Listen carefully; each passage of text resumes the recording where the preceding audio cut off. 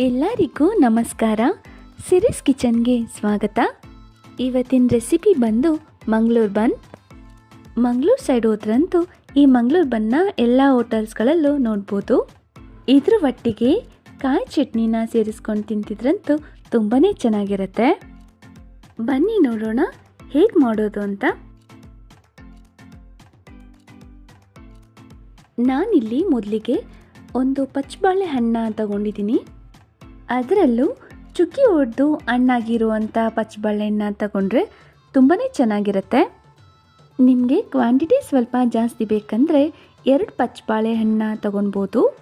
ನಾನಿಲ್ಲಿ 1 ಬಾಳೆಹಣ್ಣ ಮಾತ್ರ ತಗೊಂಡಿದ್ದೀನಿ. ಈ ರೀತಿ ಫೋರ್ಕಲ್ಲಿ ಸ್ಮ್ಯಾಶ್ ಮಾಡ್ಕೊಬೇಕು.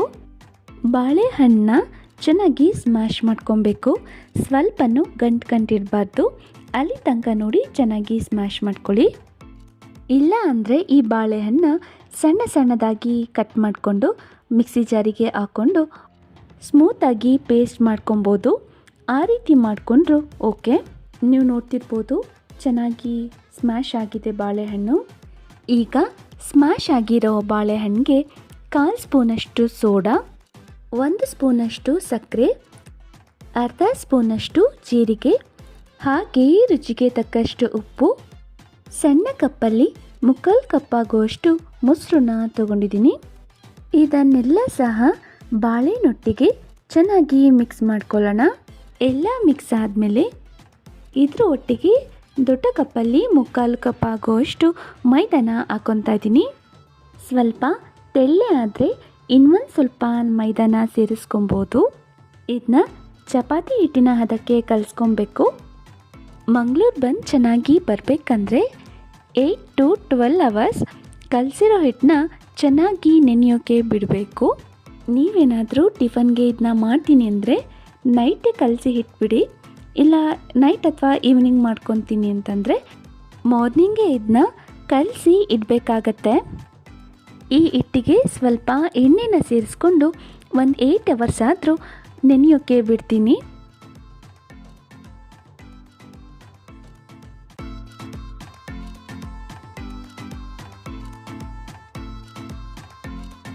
ಈ 8 ಅವರ್ಸ್ ಆಗಿದೆ. ಹಿಟ್ಟು ಸಹ ಚೆನ್ನಾಗಿ ನೆಂದಿರುತ್ತೆ. ಬನ್ನಿ ನೋಡೋಣ. ನೀವು ನೋಡ್ತಿರ್ಬೋದು ಹಿಟ್ಟು ಚೆನ್ನಾಗಿ ನೆಂದಿದೆ, ಸ್ವಲ್ಪ ಗಟ್ಟಿ ಸಹ ಆಗಿದೆ. ಈಗ ಇದನ್ನ ಸಣ್ಣದಾಗಿ ಉಂಡೆನ ಮಾಡಿಕೊಂಡು ಚಿಕ್ಕದಾಗಿ ಮಂದಕ್ಕೆ ಒತ್ಕೊಳ್ಳೋಣ. ಸ್ವಲ್ಪ ಚಿಕ್ಕದಾಗಿ ಮಂದಕ್ಕೆ ಒತ್ಕೊಳ್ಳೋದ್ರಿಂದ ಇದು ಪೂರಿ ಥರ ಉಬ್ಬತ್ತೆ. ಆ ರೀತಿ ಉಬ್ಬಿದ್ರೆ ತುಂಬಾ ಚೆನ್ನಾಗಿರುತ್ತೆ. ಸ್ವಲ್ಪ ಮೈದಾ ಹಿಟ್ಟನ್ನ ಸೇರಿಸ್ಕೊಂಡು ಮಂದವಾಗಿ ಚಿಕ್ಕದಾಗಿ ಹೊತ್ಕೊತಾ ಇದ್ದೀನಿ.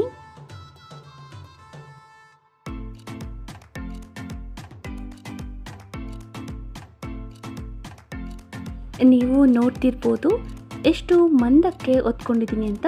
ಇಷ್ಟು ಚಿಕ್ಕದಾಗಿ ಒತ್ಕೊಂಡ್ರೆ ಚೆನ್ನಾಗಿರುತ್ತೆ. ಒಂದು ಬಾಣಲಿಗೆ ಈಗ ಎಣ್ಣೆನ ಹಾಕ್ಕೊಂಡಿದ್ದೀನಿ. ಎಣ್ಣೆ ಚೆನ್ನಾಗಿ ಕಾದ್ಮೇಲೆ ಈಗ ಬನ್ಸ್ನ ಹಾಕ್ಕೊಂಡು ಮೀಡಿಯಮ್ ಫ್ಲೇಮಲ್ಲಿ ಕರ್ಕೊಳ್ಳೋಣ. ಮೀಡಿಯಮ್ ಫ್ಲೇಮಲ್ಲಿ ಕರಿಯೋದ್ರಿಂದ ಬನ್ಸ್ ಒಳಗಡೆ ಎಲ್ಲ ಚೆನ್ನಾಗಿ ಬೆಂದಿರುತ್ತೆ. 2 ಸೈಡ್ ಸಹ ಗೋಲ್ಡನ್ ಬ್ರೌನ್ ಬರೋವರೆಗೂ ಫ್ರೈ ಮಾಡ್ಕೊಬೇಕು. ನೀವು ನೋಡ್ತಿರ್ಬೋದು ಬನ್ಸು ಪೂರಿ ಥರ ಉಬ್ಬಿದೆ.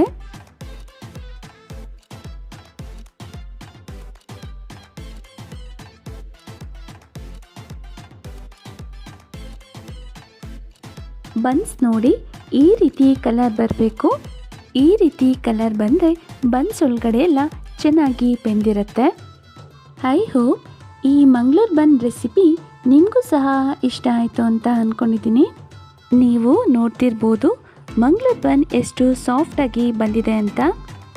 ಇದನ್ನ ನಾನು ಕಾಯಿ ಚಟ್ನಿ ಜೊತೆಗೆ ಸರ್ವ್ ಮಾಡ್ತಾಯಿದ್ದೀನಿ. ಈ ರೆಸಿಪಿನ ನಿಮ್ಮ ಫ್ರೆಂಡ್ಸ್ ಆ್ಯಂಡ್ ಫ್ಯಾಮಿಲೀಸ್ಗೂ ಸಹ ಶೇರ್ ಮಾಡಿ. ಯಾರ್ಯಾರು ಹೊಸದಾಗಿ ಈ ವಿಡಿಯೋ ನೋಡ್ತಿದ್ದೀರೋ ಪ್ಲೀಸ್ ನನ್ನ ಚಾನಲ್ನ ಸಬ್ಸ್ಕ್ರೈಬ್ ಮಾಡಿ. ಮಂಗಳೂರು ಬನ್ ರೆಡಿಯಾಗಿದೆ. Thank you.